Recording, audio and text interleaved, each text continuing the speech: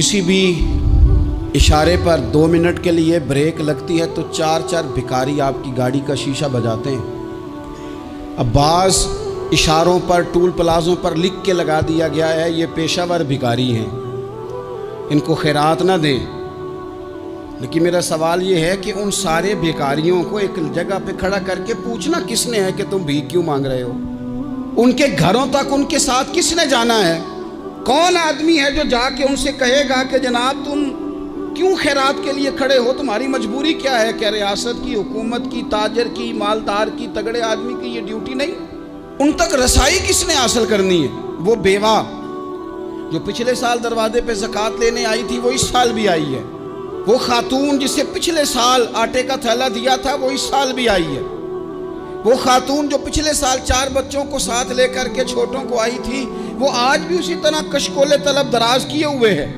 और हज़रत उमर क्या फरमाते हैं? सैयदना फारूक आज़म रज़ी अल्लाह ताला अन्हु इरशाद फरमाते हैं, इसको इमाम बहकी ने और इमाम सुयूती ने नकल किया है।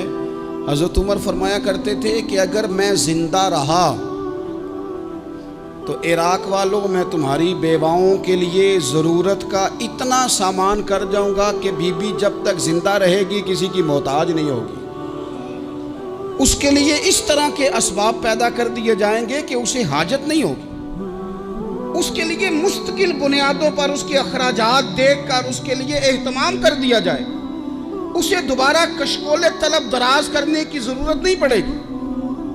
एक सहाबी थे हज़रत जनाब सैयदना खफाफ बिन ईमा गफ़ारी रज़ी अल्लाह ताला। इन्होंने बड़ा किरदार अदा किया था मैदान उहद में, इन्होंने और इनके साहिबजादे ने। तो इनकी बेटी एक दिन हज़रत उमर के पास आई। अब वो बेटी ब्याह के जा चुकी थी, उसकी शादी हो गई थी। हज़रत खफाफ बिन ईमा रज़ी अल्लाह ताला अन्हु की साहिबजादी अपने ससुराल चली गई थी, वहाँ उसका खामद इंतकाल कर गया। वो खातून वापस आ गई, वो हज़रत उमर से मिली, बेवा औरत। उस बेवा खातून ने आके, यहाँ तो मेरे भाई वो फौजी बेचारे जिनकी बीवियाँ, जिनको एक तकरीब में तो खूब एवार्ड देने के लिए बुलाया जाता है। मैंने यतीमी का वक्त गुजारा है, मुझे पता है कि 2-4 महीने लोग आके कहते हैं कोई हुक्म होया तो 10 आ जाए।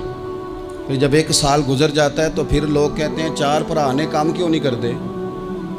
तो ऐसे तो नहीं ना कि अब्बा ऐसे ही चला गया था, बड़ा कुछ दे के गया है, किधर है फलानी चीज़। लोगों का नज़रिया थोड़े अरसे के बाद और हो जाता है। आपने बड़े बड़े शुहदा के घरों में एवार्ड तो दिए, क्या कभी आपने पलट कर दोबारा गौर किया कि उनके बच्चे कहाँ हैं, उनकी बेवा किस हाल में है? वो ज़माने की तेज़ धूप और तेज़ आंधी का मुकाबला कैसे कर रहे हैं? बगैर बाप के जो इंसान को खुले आसमान तले वक्त गुजारना पड़ता है वो कितना को मुश्किल होता है। वो किस तरह टाइम गुजार रहे हैं ये कभी सोचा लोगों ने? यहाँ तो निरंगी सियासत दौरान तो देखिए मंजिल उन्हें मिली है जो शरीके सफ़र न थे, जो निकले ही नहीं थे वो मंजिल तक पहुँच गए, और जिन्होंने जवानियाँ गुजार दी वो रास्ते में रह गए।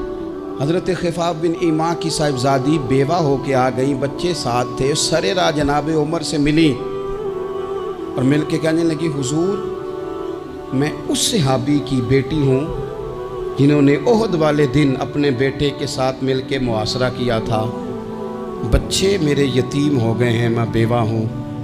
हज़रत फारूक आज़म रज़ी अल्लाह ताला अन्हु ने फ़हरिस्त नहीं मांगी, ख़र्चे की डिटेल नहीं मांगी, तुम आना फलाने से मिलना, परसों 9 बजे आ जाना दफ्तर, ये कोई बात नहीं की। हज़रत उमर गौर से खड़े उस बेटी की बात सुनी, छम छम सैयदना फारूक की आंखों से आंसू गिरे, दौड़ के घर गए, एक ऊँट निकाला, वहाँ से माले गनीमत का माल के भर के 2 बोरियाँ, और बोरियों में क्या था?